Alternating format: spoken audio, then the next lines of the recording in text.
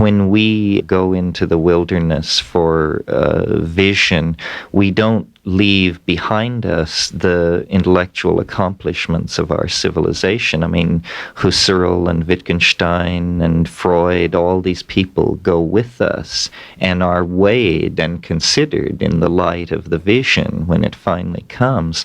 So that what's happening is that shamanism is being practiced in a new ontological environment, the environment, as you said, of postmodernism and post-Heidegger and post-Whitehead, and these having this kind of a cultural momentum behind us gives us an entirely new slant on shamanic phenomena. Essentially, science is a fallen shamanism. It's almost the Brujo brand of shamanism.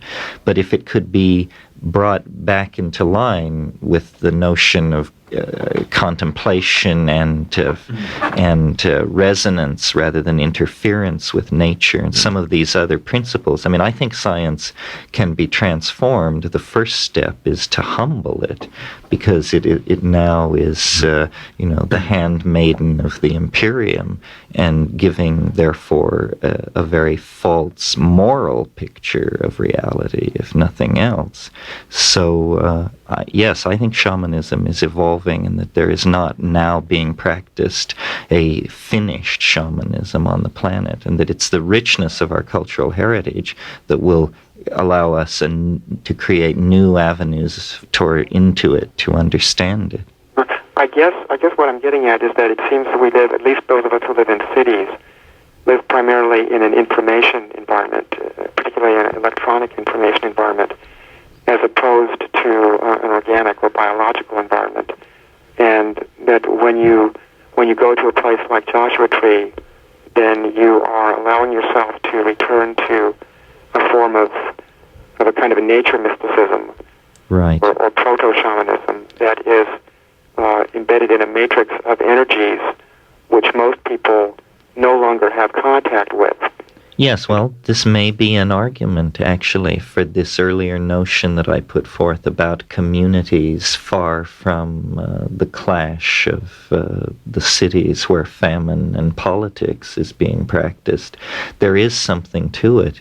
I mean, I wouldn't want to say that it's impossible to conduct a program of spiritual growth while living in a city. That isn't it. But on the other hand, we do have very little experience with the impact of living in the multiple radiation shell that a modern city represents. I mean, your body is being bombarded with UHF, VHF, all kinds of weird stuff, and chemicals and human pheromones and industrial output and all of these things. There's something to be said for cleansing in the wilderness, and then inevitably most people have to return to the city. This is what I saw on this recent excursion, was the intensity with which people gather vision. And I mean, people who were held very urban type positions, computer programmers, designers, public relations people, would strip themselves naked and offer themselves to the elements and journey 100,000 years back into time and battle monsters. And you just had to say, people are doing it. They are taking the intrusion of the archaic into modernity with great seriousness. The thing which was originally only an intimation is becoming a thread now in the great weave of what is going on, and it seems that eventually perhaps it will influence the whole pattern. The renewal, nature is the source of renewal, because nature represents an order outside of the order created by the accumulated historical mistakes. Well, the reason I raised this question, Terence, one of the reasons, I guess, is because it seems that your work points to a kind of Gnostic transcendence of what you call the monkey body and the terrestrial world. You lay great emphasis on I guess if you put it, becoming creatures of pure imagination. So that leaves one with the question of what what relevance you felt the natural world had to any kind of, teleological human evolution. It seems as though you were kind of leaving it behind. Mm-hmm. You were leaving the physical body behind and leaving the physical world behind as elements, inhibitory elements that needed to be discarded in order for human consciousness to evolve into its final form. Final state. Well, I appreciate such a close reading of what I've said. Yes, there is this question about what I think of nature. What I think of nature is not that it is something to be overcome or transcended.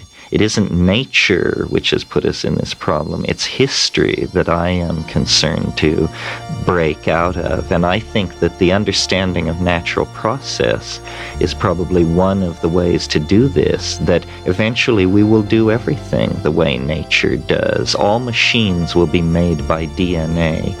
All production of objects will be through molecular transcription of information. But that we are evolving, as you say, beyond the monkey. We are evolving off planet. What we will take with us from nature is the understanding of ourselves. We are becoming almost our own nature. But what is really bringing us down is the historical freight that we're carrying. And that's what I'm interested to get beyond.